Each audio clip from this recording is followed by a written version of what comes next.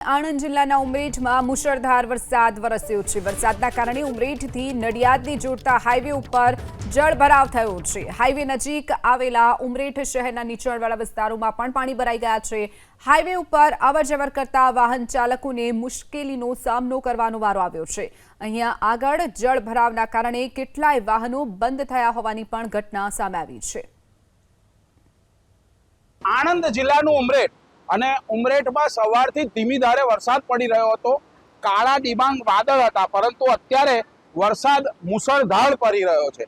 અત્યારે આપણે છીએ ઉમરેઠની ઓડ ચોકડી અને આ ઓડ ચોકડીના દ્રશ્યો છે, હાઈવે ઉપરના દ્રશ્યો છે।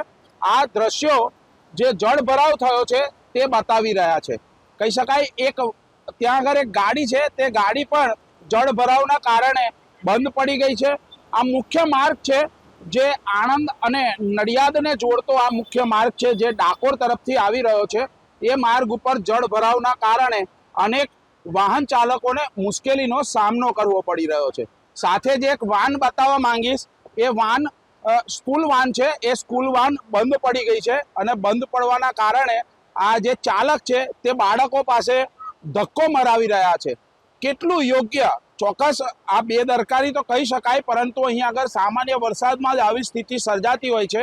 ત્યારે આ બાળકો જુઓ તમે, આ બાળકો જે છે તે સ્કૂલ વાનને ધક્કો મારી રહ્યા છે।